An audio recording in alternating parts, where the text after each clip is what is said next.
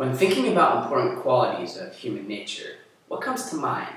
Honesty, faith, ingenuity. How about wisdom? Out of all those qualities, wisdom is perhaps the most elusive. Everybody has an idea of what wisdom is, but how do you define it?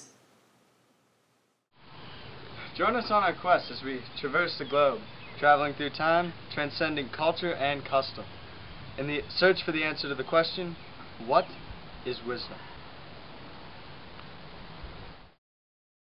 We'll begin our journey in the ancient Greek city-state of Athens, in the year when the great philosopher Socrates once lived. We're here in Athens, Greece, asking random civilians what wisdom means to them. You, sir, what does wisdom mean to you? I know a lot about wisdom. I am the wisest man in the wisest world. Oh, that's interesting. Oh, it's Socrates, the man of knowledge himself. Socrates, what does wisdom mean to you? I'm not sure about that, but I'm certainly sure that I'm wiser than this man. It is only too likely that neither of us has any knowledge to boast of, but he thinks that he knows something which he does not know, whereas I am quite conscious of my ignorance. At any rate, it seems that I am wiser than he is to this small extent, that I do not think that I know what I do not know. So in layman's terms, wisdom is knowing that you do not know.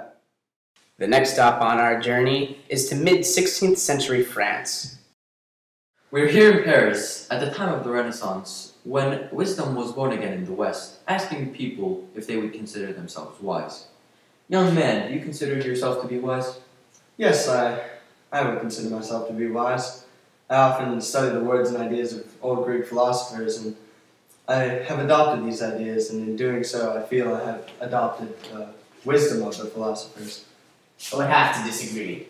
It's Michel de Montaigne. We can be knowledgeable with other men's knowledge, but we cannot be wise with other men's wisdom. So what you're saying is, knowledge can be transmitted from one person to another, but wisdom has to be obtained through one's own actions? And experiences, yes. It's beautiful. Well, we've come a long way and learned a lot, and yet we're only halfway finished with our journey through time. We've been to ancient Greece and Renaissance France. Our next stop is in Germany during its 1812 revolution.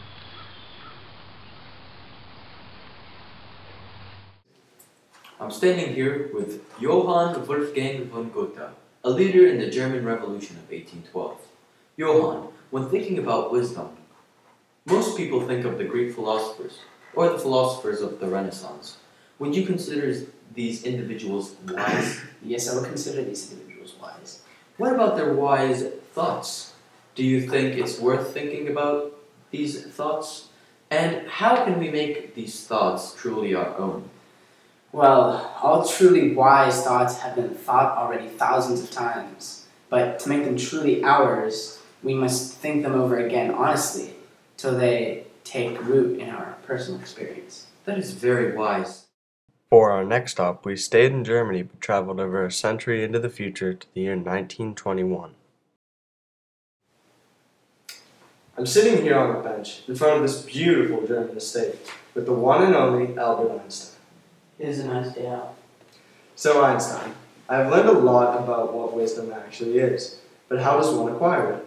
Could it be so simple as paying attention in school? Wisdom is not a product of schooling, but of the lifelong attempt to acquire it. Okay, now that we've been through time And interviewed some of the wisest people. Why don't we get some modern day opinions? yeah, we could just go to a school or something and interview people. What do you guys think? Sounds good, teachers. Yeah, students. Students, yeah, let's do it. Yeah. I'm standing here with Mr. Rios, a very respected teacher at Fox Chapel Area High School. Mr. Rios, what does wisdom mean to you? Well, wisdom is experience, wisdom is knowledge, and it's not just to have that, but to be able to share that with somebody else. Particularly, you think of wisdom as someone that is older in a society that has gone through a lot of different experiences and possibly hardships or joys, and is able then to impart that on someone younger.